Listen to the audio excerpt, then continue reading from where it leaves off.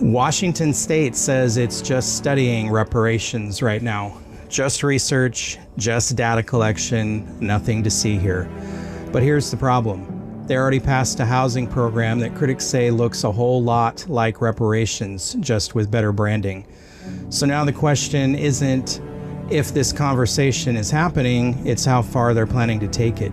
Because when government starts deciding who gets paid based on ancestry, history, and systematic harm, that's not just policy anymore. That's a fundamental shift in how the system works. From Seattle to Los Angeles, this is Left Coast News. No apologies, just the truth. Welcome to Left Coast News. If you've been following what's coming out of Olympia lately, you've probably noticed a pattern starting to form. First, Washington rolled out a home ownership program tied to historical housing discrimination.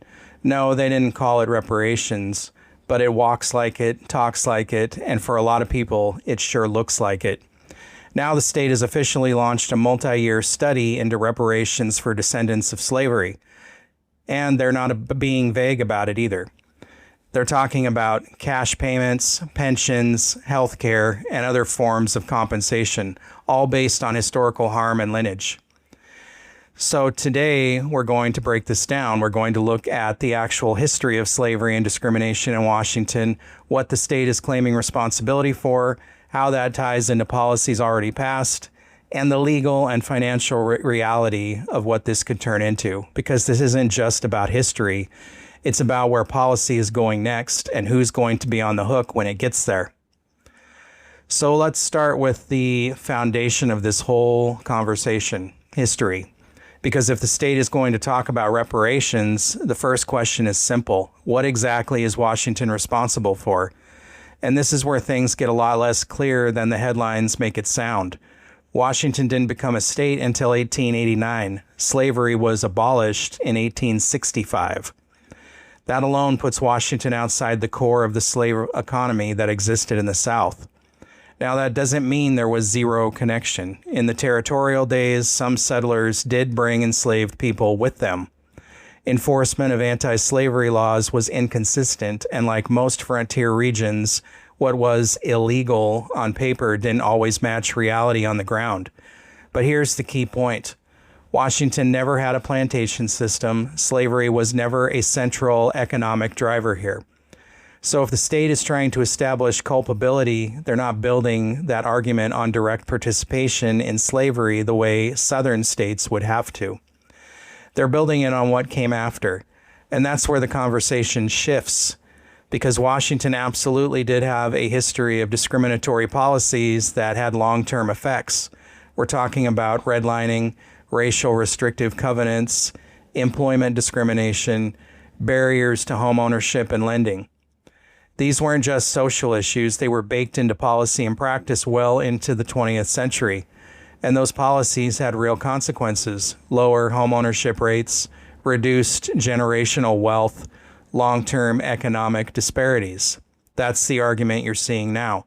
Not Washington ran slavery, but Washington participated in systems that created lasting harm and tied to that history. Now let's connect that to something that's already been passed, the Covenant Homeownership Program. This is the housing policy that provides down payment assistance to people whose families were impacted by historical housing discrimination prior to the Fair Housing Act. Again, the state doesn't call it reparations, but functionally it's tied to ancestry, it's tied to past injustice, and it's designed to correct generational disadvantage. That's why a lot of people look at it and say this is reparations, just in a specific lane. Housing instead of direct payments. And this is where the pattern starts to emerge. You don't jump straight into writing checks. You start with targeted programs, narrowly defined eligibility, specific historical harm. You normalize the concept. Then you expand the conversation.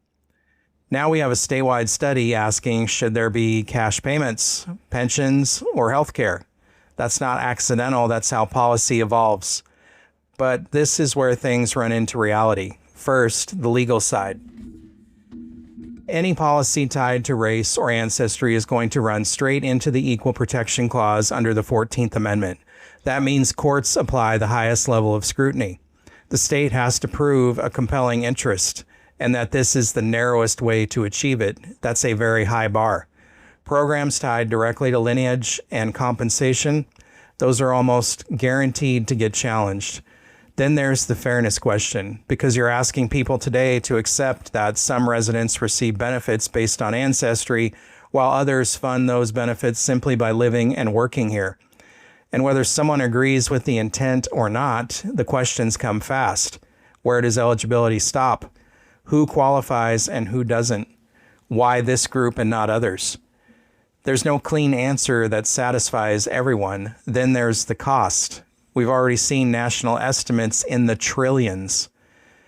At the state level, even scaled down programs could run into the billions depending on what's proposed. And this is happening in a state that already struggles with major infrastructure costs, has some of the highest gas prices in the country, continues to push new taxes and revenue streams.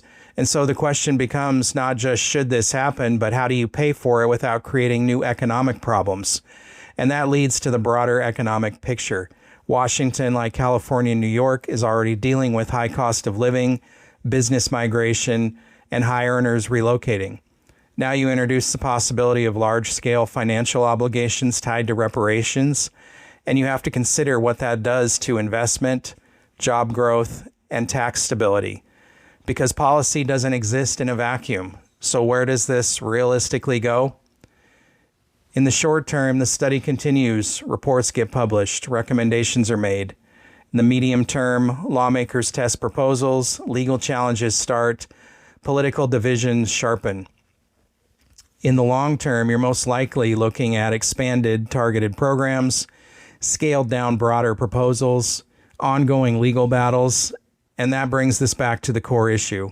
This isn't just about history, it's about how government decides who is owed, who pays, and how far back responsibility goes. And once those lines get drawn in law, they don't stay contained to one issue. At the end of the day, this is bigger than one study, one program, or even one state. Washington is stepping into a debate that cuts right to the core of how this country defines responsibility, fairness, and role of government in correcting past wrongs. And once you open that door, it doesn't just close when the report gets filed. Because if the state decides it's responsible for historical harm tied to generations past, then the next question is unavoidable. How far does that responsibility go, and who decides where it ends? That's not just policy, that's constitutional, that's economic. And it's something every taxpayer in this state is going to feel one way or the other. We'll be watching it closely.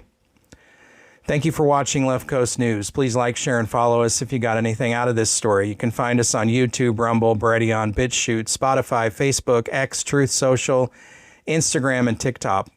And drop a comment below and let us know where you stand on this issue. Do you think reparations are due to people? Do you support taxpayers funding those reparations in this state? And how are we going to pay for that with the already huge budget deficits we're facing in this state? Let me know what you think.